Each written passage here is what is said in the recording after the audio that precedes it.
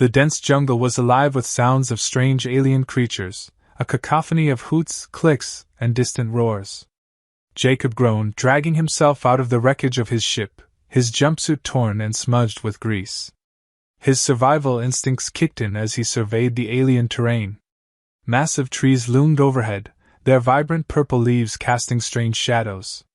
His ship was a lost cause, but if he stayed here too long, so was he. Grabbing his emergency pack, he stumbled forward, trying to clear his head.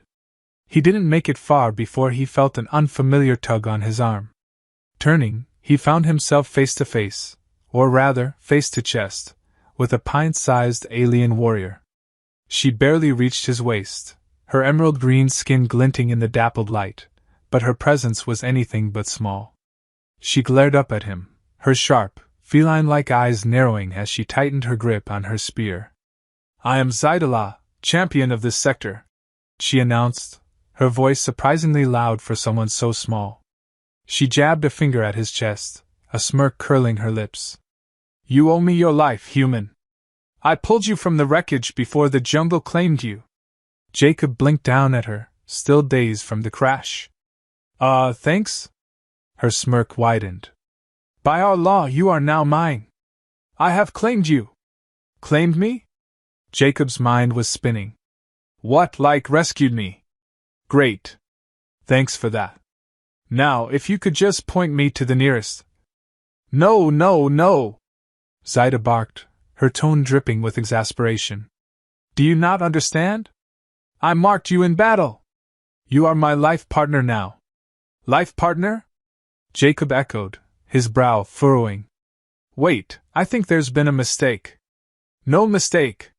Zyda cut him off, puffing out her chest, which only made her look more comical in her miniature armor. "You belong to me. It is an honor." Jacob opened his mouth to argue but paused, trying to process her words. Was this some kind of bizarre survival team-up ritual? He decided to play along, at least until he could figure out a way to get back to civilization. "Right. Life partner. Got it. So, what now?" Zyda squinted at him, suspicious of his sudden compliance. "Now I bring you to my people. They must see you and know that you are mine." She turned and began marching off into the jungle, her tiny legs moving with surprising speed. Jacob sighed and followed, watching as she proudly led the way. At one point, she glanced back, clearly annoyed by how effortlessly his long strides kept pace with her. "You are too big," she grumbled. "It's impractical. How do your people hunt? Do you just trip over yourselves?" Jacob snorted, amused despite himself. "We manage. And you're awfully small to be leading rescue missions." Zyda whirled around, stabbing her spear into the ground for emphasis. "Small? I am compact and efficient. Unlike you, stumbling through the jungle like a lumbering beast." Jacob held up his hands in mock surrender. All right. Compact. Efficient. Got it." They continued in relative silence until they reached a clearing. Zyda stopped abruptly, gesturing with her spear. "This is where I carry you." Jacob stared at her. "You what?" "I must carry you to my village. It is tradition." She stepped closer, gripping his arm. "Do not resist. I am stronger than I look." "Look, I appreciate the offer," Jacob said, trying not to laugh. "But I think I can walk just fine." Zyda glared at him, her expression a mix of pride and irritation. "You insult me. If you do not allow me to carry you, it will bring great dishonor." Jacob raised an eyebrow. "Dishonor? All right, fine. Let's get this over with." He crouched slightly, and Zyda attempted to hoist him onto her back. The result was an awkward shuffle where she barely managed to lift one of his legs before toppling backward with a frustrated grunt. "Your bulkiness is absurd," she snapped, sitting up and brushing herself off. Jacob bit his lip to suppress a laugh. "Hey, you're the one who insisted on carrying me." Zyda muttered something in her language that Jacob could only assume was a string of curses. "Very well. You will walk, but you will owe me another life debt for this insult."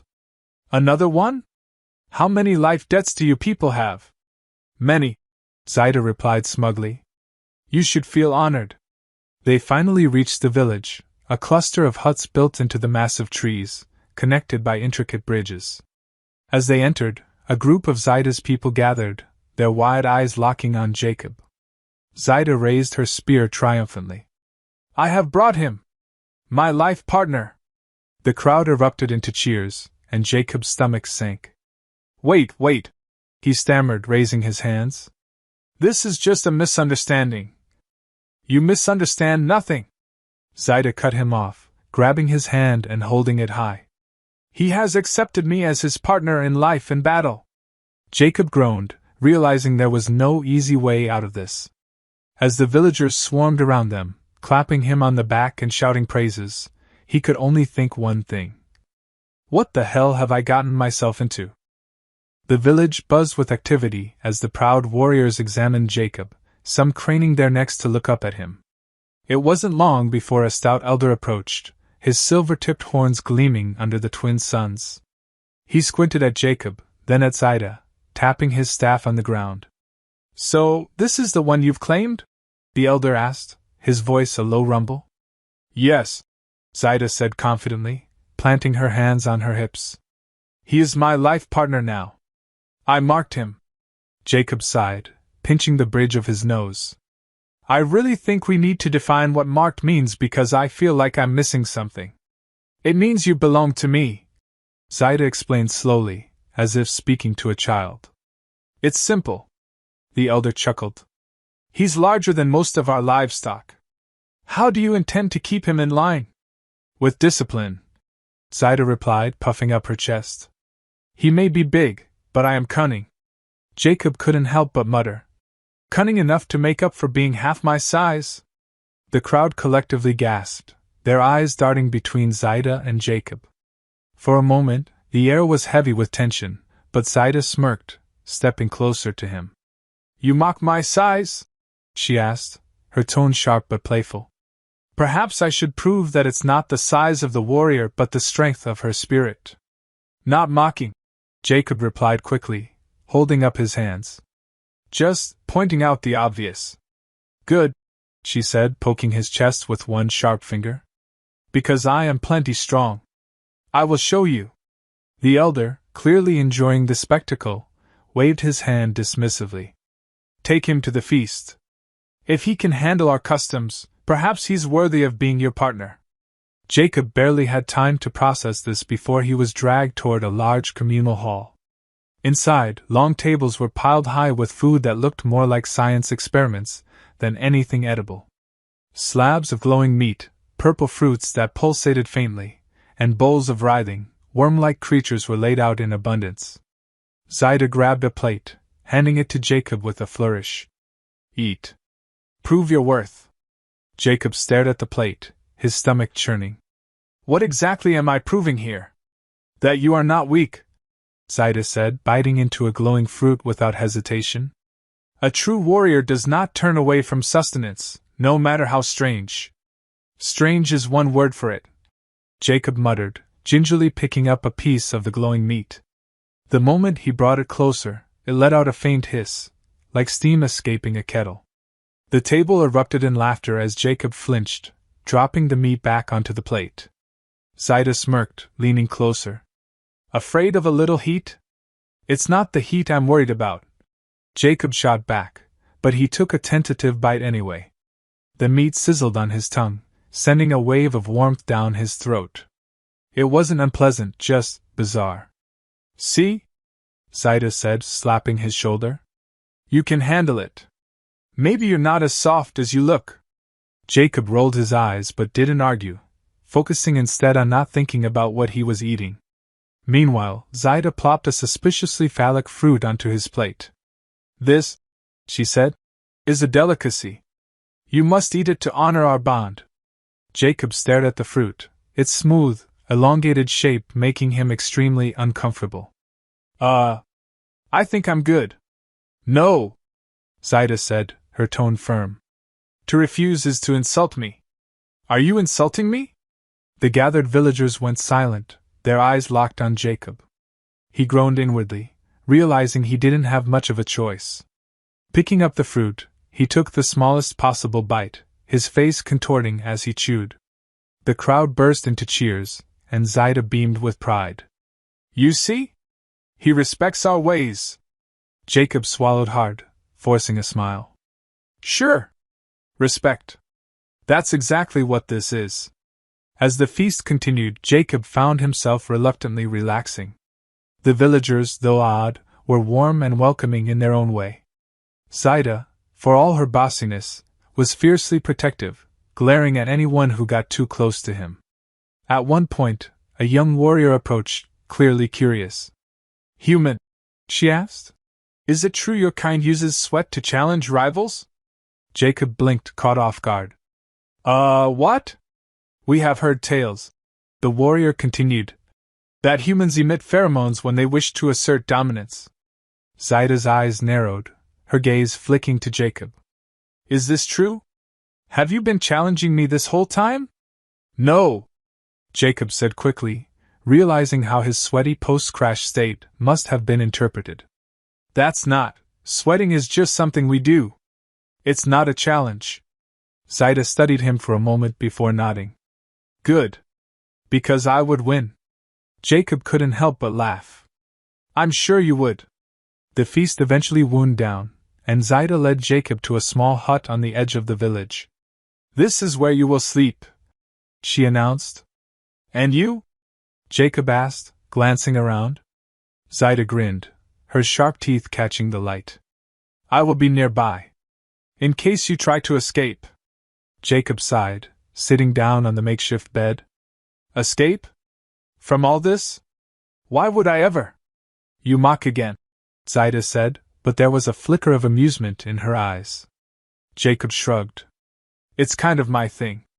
She tilted her head, studying him. You're strange, human. But maybe not entirely useless. High praise, Jacob said dryly. Zaida smirked. Get some rest. Tomorrow, we train. Train for what? For survival, she said, as if it were obvious. You are my partner now. You must be strong enough to stand by my side. Jacob leaned back, staring at the ceiling. He couldn't help but chuckle, despite everything. His life had taken a turn he never could have predicted, but for the first time since the crash, he felt something other than frustration. Maybe this wouldn't be so bad after all. The next morning, Jacob found himself regretting every decision that had led him to this point. Zaida had woken him before sunrise, practically dragging him to a training ground in the middle of the village. The area was lined with crude wooden dummies, sparring rings, and stacks of jagged weapons that looked more suited for cutting down trees than combat. Zaida thrust a weapon into his hands, a staff with a pointed blade on one end and a serrated edge on the other. This is a dashka. It is simple and effective, much like me. You will train with it. Jacob hefted the weapon, the weight awkward in his hands. You're assuming I know how to use this thing. You will learn, Zaida said with a smirk. Quickly if you want to survive. Our jungle is not forgiving. Fantastic, Jacob muttered, trying to balance the dashka without slicing off one of his own limbs. Zaida wasted no time demonstrating a series of swift, precise strikes, her movements fluid despite her small stature. She made it look effortless, the blade whistling through the air as she spun and lunged. When she finished, she pointed at Jacob with the butt of the weapon. Your turn. Impress me. Jacob gripped the dashka, taking a deep breath. He tried to mimic her movements, but his long limbs and lack of coordination turned what had been a graceful display into a clumsy flail. By the time he completed the sequence, Zaida was doubled over, her laughter echoing through the training ground. By the stars, she gasped, wiping tears from her eyes. You fight like a wounded prey beast. Glad I could entertain you, Jacob said, scowling. Do not be offended, Zaida said, still chuckling. It is endearing. Like watching a hatchling try to fly. Jacob groaned. Great. I'm an oversized hatchling now. Zaida stepped closer, her expression softening just slightly. You have potential, human. You are strong, even if you do not know how to use it. With my guidance, you might become passable. Passable? High praise coming from you. She smirked, nudging him with her shoulder. You will thank me when you are not eaten by a screech beast. Screech beast? Jacob asked, raising an eyebrow. As if on cue, a deafening roar echoed through the jungle, followed by the sound of trees crashing to the ground. Jacob froze, his grip tightening on the Doshka. What was that? Screech beast, Zaida said matter-of-factly. They are territorial. It must have sensed you. Me? What did I do? You exist, Zaida said with a shrug. They do not like new things. Before Jacob could respond, a massive creature burst into the clearing. It was easily twice his height, with scales that shimmered like molten metal and rows of serrated teeth. Its glowing eyes locked onto him, and it let out another ear-splitting roar. Zaida stepped forward, her spear at the ready. Stay behind me. Stay behind you? Jacob said incredulously. It's twice your size. And 3 times yours, Zaida shot back. Do not question me. The screech beast lunged, and Zaida met it head-on, her small form a blur of movement. She ducked and weaved, her spear striking with precision as she kept the creature at bay. Jacob stood frozen, torn between awe and terror. Do something, human! Zaida shouted, narrowly dodging a swipe of the screech beast's claws. Jacob snapped out of his daze, gripping the Doshka tightly. He moved to the side, trying to circle around the creature without drawing its attention. His mind raced as he searched for an opening, his heart pounding in his chest. The screech beast reared back, preparing to strike again, and Jacob acted on pure instinct. He swung the Doshka with all his strength, the blade embedding itself in the creature's side. It let out a pained roar, thrashing wildly as it turned toward him. Good! Zaida called out, taking advantage of the distraction to land a blow to its leg. Keep it off balance! Jacob barely managed to dodge as the screech beast snapped at him, its teeth missing him by inches. He stumbled but recovered quickly, gripping the Doshka like his life depended on it, because it did. Together, he and Zaida wore the creature down, their attacks coordinated despite the chaos. Finally, with one last strike from Zaida's spear, the screech beast let out a final roar before collapsing to the ground. Jacob leaned on the Doshka, his chest heaving as he tried to catch his breath. Zaida approached, a triumphant grin on her face. You fought well, she said, clapping him on the back. I almost got eaten, Jacob replied, his voice shaky. Yet you did not, Zaida said, her grin widening. You are learning. Jacob stared at the massive corpse, still struggling to process what had just happened. So, this is normal for you? Of course, Zaida said, as if it were the most obvious thing in the world. Our jungle is full of dangers. That is why we are strong. Jacob couldn't help but laugh, though it was more out of disbelief than amusement. Well, I guess I'm learning the hard way. Zaida's expression softened, and she placed a hand on his arm. You are stronger than you think, human. You just need to trust yourself. Jacob looked down at her, surprised by the sincerity in her voice. For the first time since the crash, he felt a flicker of confidence. Thanks, he said, offering a small smile. Zaida smirked, her usual bravado returning. Do not thank me yet. There is much work to do. As they dragged the screech beast's carcass back to the village, Jacob couldn't help but feel a strange sense of accomplishment. He was still out of his element, but maybe, just maybe, he was starting to find his place. Back in the village, Jacob sat at the edge of the communal fire, watching as the screech beast's meat was prepared for the evening feast. He couldn't decide if he was more exhausted or relieved. Either way, he felt like he just survived his first real test on this bizarre planet. Zaida was nearby, surrounded by several young warriors who eagerly listened as she retold the story of the hunt. Her gestures were animated, and her voice carried over the fire's crackling, drawing cheers and laughter from her audience. Jacob chuckled softly, shaking his head. You are amused, human? The elder from before appeared beside him, sitting down with surprising grace for someone so short and stout. Amused? Maybe, Jacob replied, stretching his sore limbs. Or just trying to figure out how my life ended up here. The elder nodded sagely. Fate often takes us to unexpected places. Tell me, do you regret being claimed by Zaida? Jacob hesitated, glancing at her as she enthusiastically demonstrated how she'd outmaneuvered the Screech Beast. Her energy was infectious, her confidence unshakable. She's a lot, he admitted, a small smile tugging at his lips. The elder chuckled. She is one of our finest warriors. Fierce, determined, and unyielding. You should consider yourself fortunate to have caught her attention. Fortunate, Jacob echoed, raising an eyebrow. Not the word I'd use. The elder leaned closer, lowering his voice conspiratorially. Perhaps you have not realized it yet, but Zaida does not claim lightly. She sees something in you, even if you do not see it in yourself. Jacob frowned, unsure how to respond. Before he could dwell on it, Zaida's voice cut through the air. Human! She called, marching over with her hands on her hips. Why are you sitting here like a lazy sand beast? Come! You must learn more of our ways. Jacob sighed, pushing himself to his feet. Do I have a choice?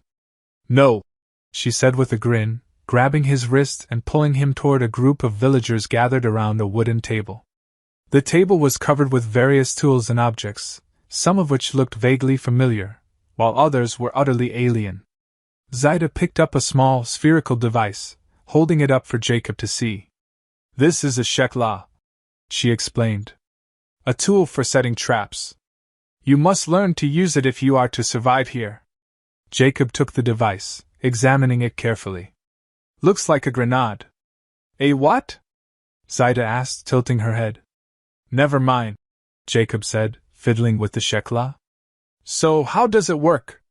Zaida spent the next hour demonstrating various tools and techniques, her patience surprisingly thin despite her insistence on teaching him. Jacob tried his best to keep up, but the alien technology was far from intuitive. You are overthinking it, Zaida said, exasperated. Stop trying to understand it, and just use it. That's easy for you to say, Jacob muttered, accidentally activating the HFY, which let out a high-pitched whine before leaping out of his hand and landing in the dirt. The villagers scattered as the device emitted a harmless puff of smoke, and Zaida groaned, pinching the bridge of her nose. You are hopeless, she said, though there was a hint of amusement in her voice. Hey, I'm learning, Jacob protested. Very slowly, she shot back. But perhaps there is hope for you yet. As the day wore on, Jacob began to notice a shift in how the villagers treated him. Where there had been skepticism and curiosity, there was now a growing sense of acceptance. They began to offer advice, share stories, and even laugh at his clumsy attempts to adapt. Zaida, however, remained as sharp-tongued as ever, though Jacob was starting to suspect it was her way of encouraging him. You are improving, she said as they walked back to their hut that evening. Didn't feel like it, Jacob replied, rubbing his sore arms. You did not embarrass me as much as I expected, she said with a grin. High praise, Jacob said dryly. She stopped suddenly, turning to face him. Do you know why I claimed you, human? I assume it's because you enjoy torturing me, he said with a smirk. Zaida rolled her eyes. No. I claimed you because I saw strength in you. Not physical strength, though you have that as well. You have a stubbornness. A refusal to give up, even when you are out of your depth. Jacob was taken aback by her words, unsure how to respond. I have no patience for weakness, she continued, her tone softening. But you are not weak. You just need time to prove it. Thanks, I guess, Jacob said, scratching the back of his neck. Zaida smirked, her usual confidence returning. Do not let it go to your head. You are still far from earning my full respect. Jacob chuckled. I'll keep that in mind. As they reached the hut, Zaida paused at the door, glancing back at him. You are not so bad, human. For someone so strange. I'll take that as a compliment, Jacob said, stepping inside. Zaida followed, her expression thoughtful. Rest well. Tomorrow, we begin the real training. Jacob groaned. There's more? There is always more, she said with a grin. As he lay down, staring up at the unfamiliar ceiling, Jacob couldn't help but feel a small sense of pride. He still had a long way to go, but for the first time, he felt like he was starting to belong.